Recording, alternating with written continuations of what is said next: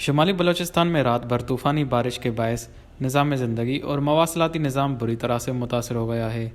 چمن، پشین، قلعہ عبداللہ، سرانہ، بوستان، مسلم باغ، قلعہ سیف اللہ، جنگل پیر علی زئی، کھانو زئی میں کئی گھنٹوں سے جاری بارش کے باعث نشیبی علاقے اور برساتی نالے زیر آب آ گئے ہیں۔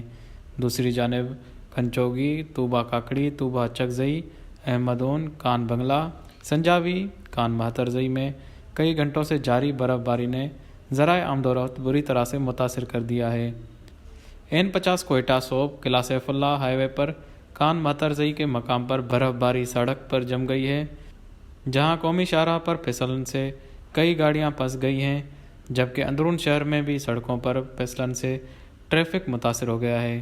PDMA نے برف بارش کا سلسلہ آج دن کو بھی جاری رہنے کا الرٹ جاری کر دیا۔